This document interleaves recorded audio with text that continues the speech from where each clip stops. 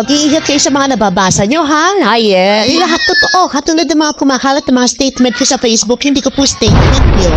Nagbigay ng babala ang kabogable star at It's Showtime host na si Vice Ganda, kaugnay sa mga lumang video niya na kumakalat. Sa latest Facebook post ni Vice nitong Biyernes, March 14, sinabi niyang may mga gumagamit daw ng lumang video niya para magpanggap na siya at mang gancho.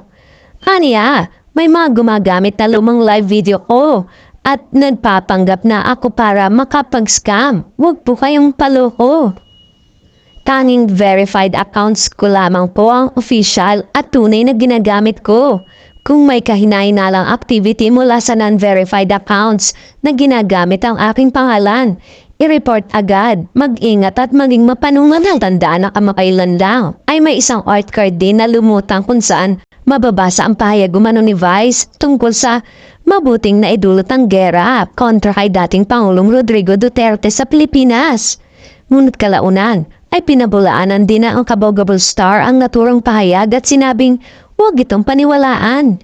Samantala, nahaharap nga ang mga Showtime host sa controversial simula ng hulihin ng dating president na si Rodrigo Duterte.